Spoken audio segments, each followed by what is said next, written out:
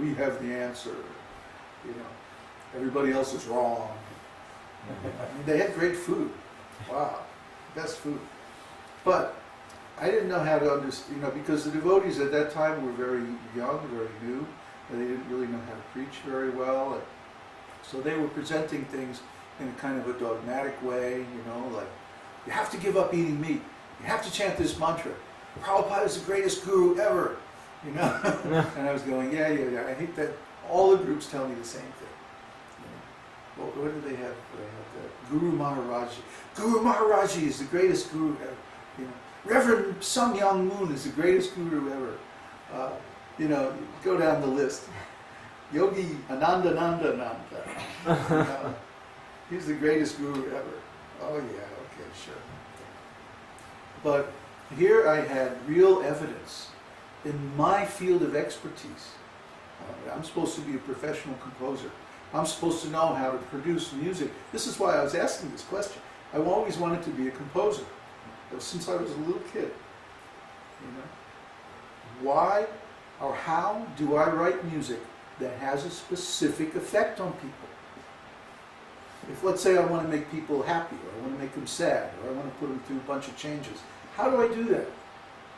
How did Beethoven know that the things that he wrote would reflect nobility and, courage, and so many qualities? How did Tchaikovsky know that what he was writing would reflect the tragedy of Romeo and Juliet, and the romance of the Swan of Turinella, all these things? How did they know? How did they, you can copy. If you want to write, okay, I want to write something that sounds like Tchaikovsky with, romantic music. Okay, I can copy and I can use the same style and like that, and somehow or other people will associate it. But that's very limited. That's on the psychological level. I wanted to know on a deeper level, how does music actually touch our heart? So, through Vedic scriptures, we can understand that there is something called rasa.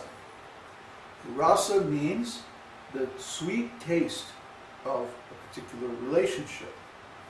See, if Beethoven is feeling nobility, if Bach is feeling devotion, if Tchaikovsky is feeling, tragedy and all these things, they're always in relation to something or someone. See, it's Romeo and Juliet, not Romeo and the mirror.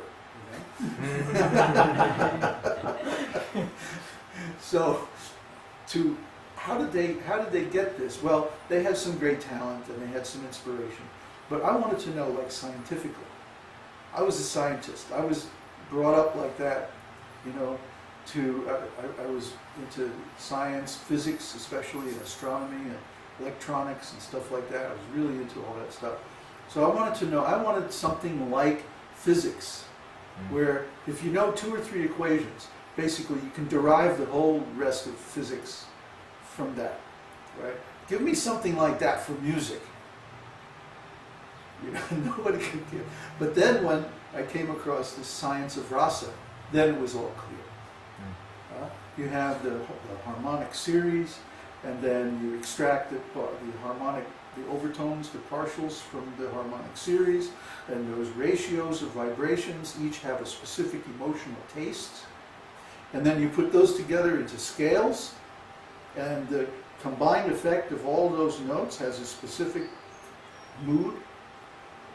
And then you find a way of navigating that scale, and that's called a raga. And each raga emphasizes particular notes and de-emphasizes others, and because of that, each raga has a specific mood.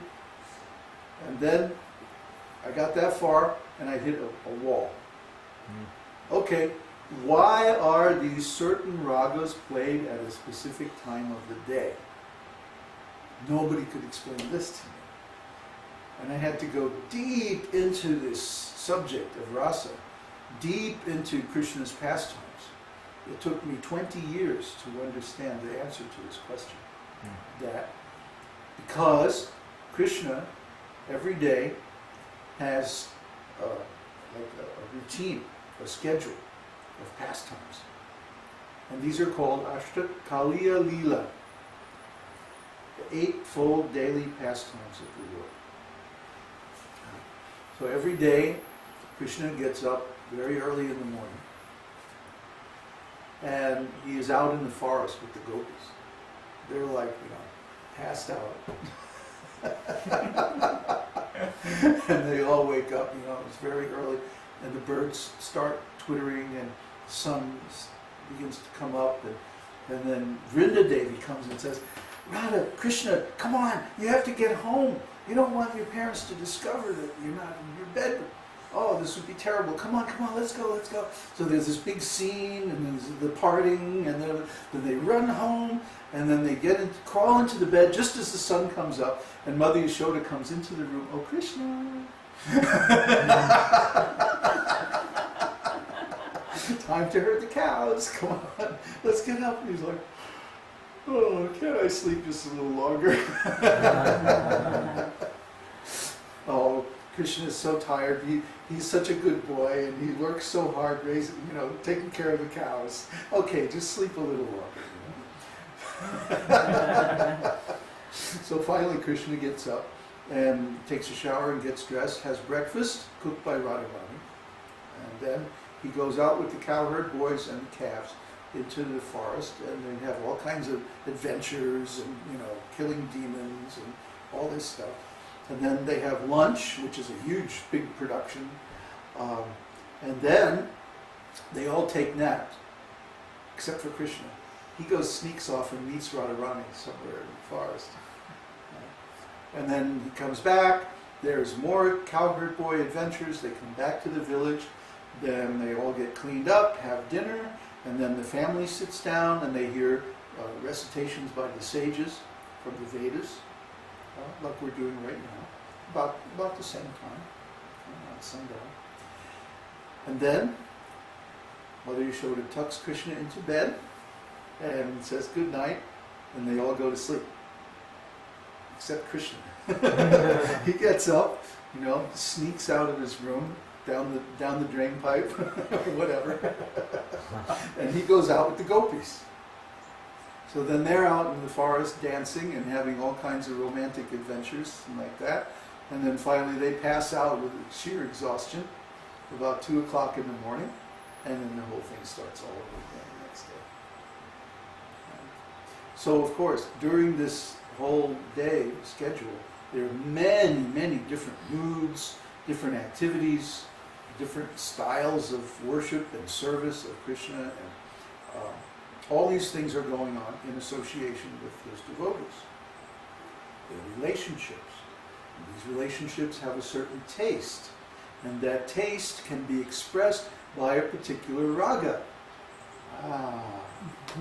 So the answer is that the ragas are in the system the way they are because they mirror the pastimes of the Lord in the spiritual world.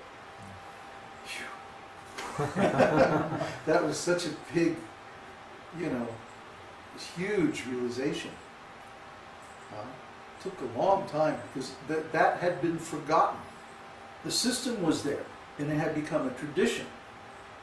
You played this raga at this time, this raga at that time. Why? Who knows? It had been forgotten. It had been lost. And through our work, through our research, we were able to rediscover it. It's like one person has one piece of the puzzle, another person has another piece, another has another. And you have to go and get all this knowledge and put it together and then see how it fits, and suddenly, ka-chunk, it makes a whole. And you say, that's it. So this is all expressed in our works on music and like that.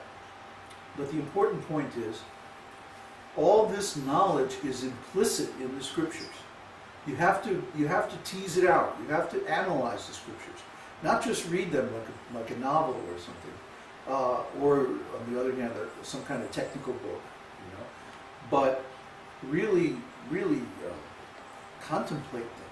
Try to understand why they are the way they are. Why the worship of the Lord is done in the way that it is done. And then you will come to your own realizations. Each and every devotee has their own specific personal realization of Krishna. It's not that you'll get the same relation or the same realization as I or as Srila Prabhupada or as any other devotee. Each devotee's relationship with Krishna is completely unique. But that relationship is exactly, perfectly satisfying for that devotee. That's the wonderful thing about it. So Krishna is unique. There's nobody like Krishna. So when we worship Krishna, when we chant Krishna's name, when we do different services for him, we see Krishna in exactly the way that we have a relation with him. And other devotees, they may see him in a different way. That's all right. Different tastes, different people.